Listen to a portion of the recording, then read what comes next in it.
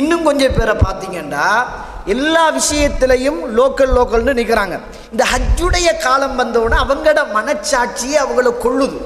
ஏன்னா ஹதீஸ்ல எங்கேயும் பிறை 9வது நாளில் அரஃபாவுடைய நோம்புண்டு ஹதீஸ் இல்லை, ஒரு ஹதீஸ் கூட இல்லை. வாதத்துக்கு வாராங்க. அப்போ பிற 9லான ஹாஜிகள் ஒன்று சேருவாங்க. ஆமாம், 9 தான் ஒன்று சேருவாங்க.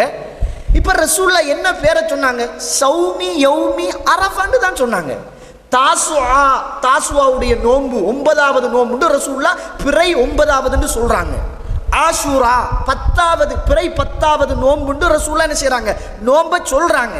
அப்போ நம்ம ஆசூரான்னு நோன்பு பிடிக்கிறோம் தானே, அந்த நோன்புக்கு ரசூலுல்லாஹ் என்ன பேர் சொன்னாங்க? அந்த பிறையுடைய பேரை தான் சொன்னாங்க. இது 9வது நோன்பு, இது 10வது நோன்பு, ரசூலுல்லாஹ் அப்படி தான் சொன்னாங்க. அரஃபாவுடைய நோன்புக்கு ரசூலுல்லாஹ் யௌமு தர்வியா என்று சொன்ன ரசூலுல்லாஹ். யௌமு தர்வியாண்டா என்ன? ஹாஜிகள் தங்களுடைய இடங்களில் இருந்து எஹராத்தை கட்டி கொண்டு அவங்க என்ன செய்வாங்க? ஹஜ்ஜிக்காக வேண்டி புறப்படுகின்ற நாள் தான் யௌமு தர்வியா. அது உங்களோட நாட்டு பிறையா அல்லது சவுதி பிறையா? எந்த பிறை? அது சவுதியில் இருக்கிறவங்க அன்றைக்கு தான் கட்டிக்கிட்டு போகணும், அன்றைக்கு தான் கட்டிக்கிட்டு என்ன செய்யணும்? போகணும். ஆனால் 2 மணித்தியாலம் 2.5 மணித்தியாலம் கண்ணுக்கு முன்னே தெரிகின்ற அரஃபாவுடைய அந்த மைதான நிகழ்வுகளை ரசூலுல்லாஹ் ஹாஜிகள் ஒன்று சேருகின்ற அந்த தினம் அதுதான் அரஃபாவுடைய தினம் அப்படின்னு ரசூலுல்லாஹ் சொல்கிறாங்க.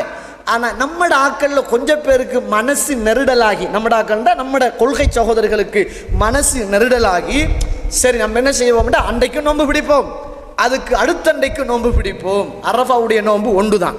மனச்சாட்சியோடு பேசணும். ரசூலுல்லாஹ் எல்லாத்துக்கும் 9வது 10வது பிறை என்று சொன்ன ரசூலுல்லாஹ் அரஃபாவுடைய தின நோன்பை மாத்திரம் ரசூலுல்லாஹ் சௌமி யௌமி அரஃபா, அரஃபாவுடைய நோம்புண்டு திட்ட தெளிவாக ரசூலுல்லாஹ் சொன்னாங்க. இது சாத்தியமான்னு கேட்குறாங்க.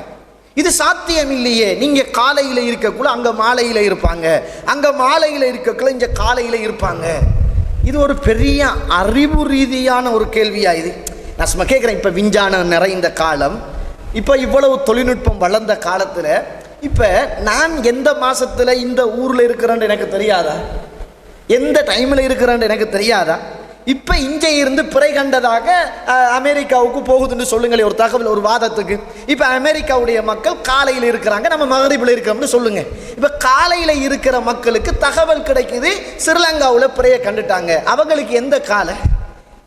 கொஞ்சம் யோசிங்களேன், எந்த காலம் அவங்களுக்கு? அவங்க 29வது காலையில் இருக்கிறாங்க, நாங்கள் 29வது மாலையில் இருக்கிறோம். அவ்வளோதான் விஷயம்.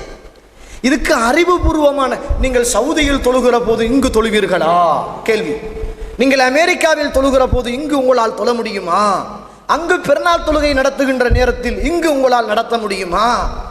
சூரியன் தலைக்கு மேலே யார் யாருக்கு என்ன நேரத்தை காட்டுதோ அந்தந்த நேரத்துக்கு செய்ய வேண்டிய அமல்களை இந்த பொதுமக்களை சாத்தியமில்லை என்று சொல்வதற்காக வேண்டி இவங்களாக வலிந்து எடுத்துக்கொண்டு வந்த கருத்து தான் இந்த கருத்து. இதில் ஒன்றுமே இல்லை, இதில் ஒன்றுமே இல்லை. அப்போ அவங்களுக்கு 21 வருமா, 28 மாதம் வருமானு கேட்குறாங்க. அவங்களுக்கு 28 மாதம் நிச்சயமாக வராது. ரசூலுல்லாஹ் சொன்னாங்க, எழுத வாசிக்க தெரியாத சமூகம் நாங்கள். அதுக்கு நாங்கள் என்ன செய்கிறோம் என்றால் ரசூலுல்லாஹ் எப்படி காட்டுறாங்க? ஒன்று என்ன செய்யும்? மாதம் 29 30வது வரும்.